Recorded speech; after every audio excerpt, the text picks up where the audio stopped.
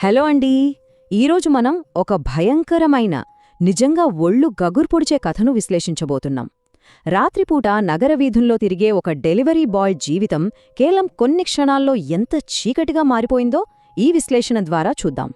Gig ఎకానమీలో పనిచేసేవాళ్ల కష్టాలు, ఇలాంటి అదృశ్య శక్తుల భయంతో ఎలా ముడిపడి ఉన్నాయో ఈ కేస్ స్టడీ మనకు కళ్లకు కట్టినట్టు చూపుతుంది. సరే, ఇక ఏమాత్రం ఆలస్యం చేయకుండా ఈ కథలోకి వెళ్ళిపోదాం.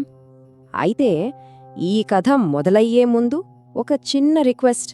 ఇలాంటి మరిన్ని భయంకరమైన కథలు వినాలంటే వెంటనే మా ఛానల్ని సబ్స్క్రైబ్ చేయండి. ఈ మాటను తప్పకుండా గుర్తుంచుకోండి, ఎందుకంటే రాబోయే విషయాలు చాలా ఆసక్తికరంగా, అదే సమయంలో మీ వెన్నులో వణుకు పుట్టించేలా ఉండబోతున్నాయి. Mid night and the last order. ఈ అధ్యాయం సరిగ్గా రాత్రి 12 గంటల సమయంలో మొదలవుతుంది. నగరం మొత్తం గాఢ నిద్రలోకి జారుకున్న వేళ అర్జున్ అనే ఒక ఫుడ్ డెలివరీ బాయ్ మాత్రం తన బైక్పై ఇంకా తిరుగుతూనే ఉన్నాడు. రోజంతా కష్టపడితే వచ్చే ఆ చిన్న మొత్తమే అతని జీవితానికి ఆధారం. ఆ రాత్రి కూడా కాస్త ఎక్కువ డబ్బు సంపాదించాలనే ఆశతో తన చివరి ఆర్డర్ కోసం ఫోన్ స్క్రీన్ వైపే చూస్తూ కూర్చున్నాడు. ఆ నిశ్శబ్ద వాతావరణంలో అకస్మాత్తుగా అతని ఫోన్ వైబ్రేట్ అయింది. స్క్రీన్ మీద న్యూ ఆర్డర్ అని కనిపించగానే అర్జున్ కళ్లలో ఒక చిన్న వెలుగు.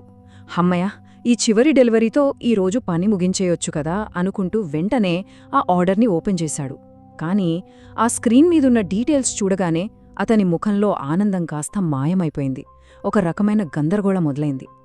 ఇక్కడ అసలు విచిత్రమేమిటంటే, సాధారణంగా మనకొచ్చే ఏ ఆర్డర్లో అయినా కస్టమర్ పేరు, ఫోన్ నంబర్ చాలా స్పష్టంగా ఉంటాయి కదా.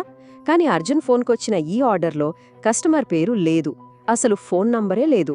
కేవలం లొకేషన్ మాత్రం ఓల్డ్ కాలనీ ఫేజ్ 3 అనుంది. దానికి తోడు పేమెంట్ ఏమో క్యాష్ ఆన్ డెలివరీ. ఇదేంటిరా ఇలా ఉంది అని అనుమానం వచ్చినా డబ్బు అవసరం కావడంతో అర్జున్ దాన్ని యాక్సెప్ట్ చేసేశాడు. రవీస్ వార్నింగ్.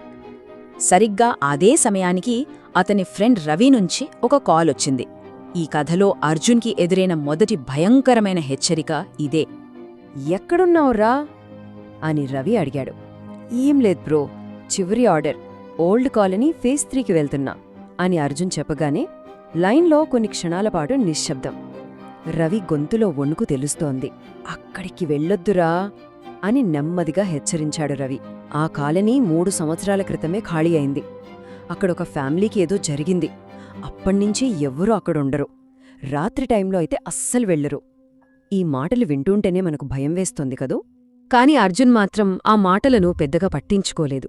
నువ్వు కూడా హారర్ స్టోరీలు ఎక్కువ చూస్తున్నావులే అని నవ్వేసి కాల్ కట్ చేశాడు. గిగ్ ఎకానమీలో పనిచేసే కార్మికులపై ఆ ఆర్థిక ఒత్తిడి ఎలా ఉంటుందో మనమిక్కడ స్పష్టంగా చూడవచ్చు.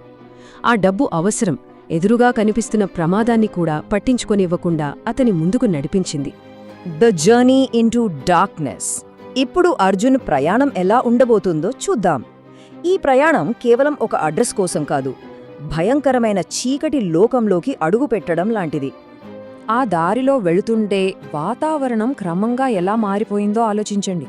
ముందుగా పూర్తిగా ఖాళీగా ఉన్న సిటీ రోడ్లు, ఆ తర్వాత మధ్య మధ్యలో ఆరిపోతూ వెలుగుతున్న స్ట్రీట్ లైట్లు, చెవులను గీసే చల్లటి గాలి. కొద్దిసేపటికి నగరాన్ని దాటేసి చుట్టూ పెద్ద పెద్ద చెట్లతో నిండి ఉన్న ఒక చీకటి రోడ్లోకి ప్రవేశించాడు.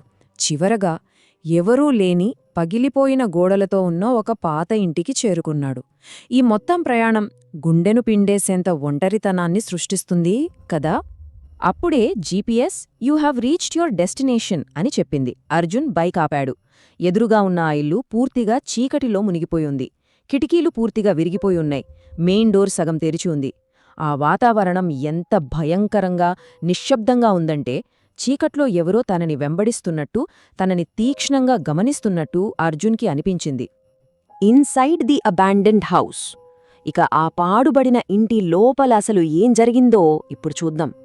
ఏదైమైతే అదైంది, పని ముగించుకుందాం అని అర్జున్ కాస్త ధైర్యం చేసి ఆ సగం తెరిచి ఉన్న తలుపును నెట్టుకుంటూ లోపలికి అడుగుపెట్టాడు. ఒక్కసారి లోపలికి అడుగుపెట్టగానే ఆ ఇల్లు ఒక భయంకరమైన ఉచ్చులా ఎలా మారిందో మనకు స్పష్టంగా అర్థమవుతోంది. పూర్తిగా చీకటిగా ఉన్న ఆ గది, కుళ్ళిపోయిన శవాల దుర్వాసన, దుమ్ముపట్టిన గోడలు, ముఖాలు సరిగ్గా కనిపించని కొన్ని పాత బ్లాక్ అండ్ వైట్ ఫోటోలు, ఇవన్నీ చూస్తుంటే అదొక కస్టమర్ ఇల్లు కాదు, ఒక మృత్యుకూపమని చాలా స్పష్టంగా తెలిసిపోతోంది. తన ఫోన్ ఫ్లాష్ లైట్ వేసుకుని లోపలికి వెళ్లిన అర్జున్కి ఆ గది మూలలో ఉన్న ఒక కుర్చీ, దానిపై కూర్చున్న ఒక మనిషి నీడ కనిపించింది. అంతే, అర్జున్ గుండె వేగంగా కొట్టుకోవడం మొదలైంది. డెలివరీ సర్ అంటూ వణుకుతున్న గొంతుతో ఆ నీడవైపు ఒక్కో అడుగు వేశాడు. అప్పుడే ఆ నీడ నెమ్మదిగా కదిలింది. సరిగ్గా అదే సమయంలో అర్జున్ ఫోన్ అకస్మాత్తుగా వెలిగింది. ఆ స్క్రీన్ చూసిన అర్జున్ గుండె ఒక్కసారిగా ఆగిపోయినంత పనైంది. ఎందుకంటే ఆ స్క్రీన్ మీద చూపిస్తున్న ఆర్డర్ డేట్ 3 సంవత్సరాల క్రితం. అవును, ఆ డెలివరీ ఆర్డర్ ఇవ్వబడింది సరిగ్గా 3 ఏళ్ల క్రితం. The 3-year-old trap. ఇది చూసి అర్జున్ భయంతో వెంటనే వెనక్కి తిరిగి బయటకు పారిపోవాలని చూశాడు. కాని అంతలోనే ఆ పాత ఇంటి తలుపు భడాల్మని గట్టిగా మూసుకుపోయింది. అది ఏళ్లుగా డెలివరీ బాయ్స్ కోసం ఎదురుచూస్తున్న ఒక భయంకరమైన ఉచ్చు. అర్జున్ ప్రాణభయంతో తలుపులు గట్టిగా బాదుతుండగా వెనుక చీకటి నుంచి ఒక స్వరం, "నువ్వు చాలా ఆలస్యంగా వచ్చావు" అని నెమ్మదిగా వినిపించింది. వణుకుతూ వెనక్కి తిరిగి చూసిన అర్జున్కి ఆ కుర్చీలో కూర్చున్న వ్యక్తి ఇప్పుడు స్పష్టంగా కనిపించింది. కళ్ళు పూర్తిగా తెల్లబడిపోయి ముఖం సగం కుళ్ళిపోయున్న ఒక వృద్ధురాలు. ఆమె పెదవులపై ఒక భయంకరమైన నవ్వు ఉంది. "నేను ఈ ఆర్డర్ పెట్టింది 3 సంవత్సరాల క్రితం. అప్పుడు కూడా నీలాగే ఒక డెలివరీ బాయ్ వచ్చాడు. కానీ వాడు ఎప్పటికీ వెనక్కి వెళ్లలేదు. ఎందుకంటే నాకింకా ఆకలిగా ఉంది" అని ఆమె చెప్పింది. అది వినగానే అర్జున్ ప్రాణాలు గుప్పిట్లో పెట్టుకుని "నన్ను వెళ్లనివ్వండి" అని బ్రతిమాలాడాడు. కిటికీల వైపు పరుగెత్తాడు. కాని ఎక్కడా తప్పించుకునే మార్గమే లేదు. అన్నీ గట్టిగా లాక్ చేయబడి ఉన్నాయి. సో ఇక్కడ అసలు పాయింట్ ఏంటంటే, ఆ ఇల్లు కేవలం ఒక పాడుబడిన భవనం కాదు, అదొక శ్మశానం. ఇంట్లో లైట్లు ఒక్కసారిగా వెలగ్గానే గోడల మీద ఉన్న ఆ పాత ఫోటోలు స్పష్టంగా కనిపించాయి. అవన్నీ ఎవరో కాదు, గతంలో అక్కడికొచ్చిన డెలివరీ బాయ్స్ ఫోటోలే. వాళ్ల కళ్లలో స్పష్టమైన మరణ భయం కనిపిస్తుంది. "ఇవాళ్ల నుంచి నువ్వు వీళ్లలో ఒకడివి" అంటూ ఆ వృద్ధురాలు దగ్గరికి రాగానే అర్జున్ చేసిన ఆర్తనాదం ఆ చీకటి గది గోడల మధ్య ఉండిపోయింది. The unending cycle. ఆ భయంకరమైన రాత్రి గడిచిపోయి మరుసటి రోజు ఉదయమైంది. కానీ ఈ కథ ఇక్కడితో ముగియలేదు. ఇది అంతులేని ఒక మృత్యుచక్రం. ఆ ఇంటి బయట అర్జున్ బైక్, అలాగే నేలమీద పడి ఉన్న అతని ఫోన్ మాత్రమే కనిపించాయి. ఆ ఫోన్ స్క్రీన్ మీద ఇంకా ఆర్డర్ స్టేటస్ డెలివర్డ్ అని చూపిస్తోంది. అవును, ఫుడ్ అయితే డెలివరీ అయ్యింది. కానీ అర్జున్ మాత్రం ఎప్పటికీ తిరిగిరాని లోకాలకు వెళ్ళిపోయాడు.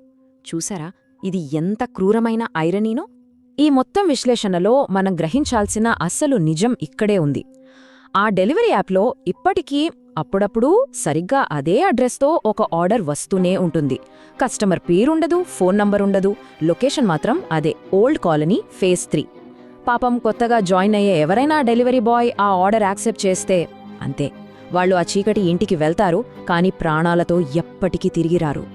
ఈ ఉచ్చు నిరంతరం అమాయక కార్మికులను బలి తీసుకుంటూనే ఉంది. ఈ కథ విన్న తర్వాత ఒక భయంకరమైన ప్రశ్న మనల్ని వెంటాడుతూనే ఉంటుంది. ఈ రోజు రాత్రి 12 దాటిన తర్వాత ఆ పాత ఇంటి తలుపు దగ్గర ఏ కొత్త డెలివరీ బాయ్ ప్రాణం కోసం ఆ వృద్ధురాలు ఎదురుచూస్తోందో ఎవరికి తెలుసు? ఆలోచిస్తుంటేనే వెన్నులో చలిపుడుతోంది కదా. గిగ్ ఎకానమీలో ఉన్న ఇలాంటి తెలియని చీకటి కోణాలను ఈ విశ్లేషణ ఎలా పరిచయం చేసిందో చూశాం. సరే, మరో ఆసక్తికరమైన అంశంతో మళ్ళీ కలుద్దాం. అప్పటి వరకు జాగ్రత్త.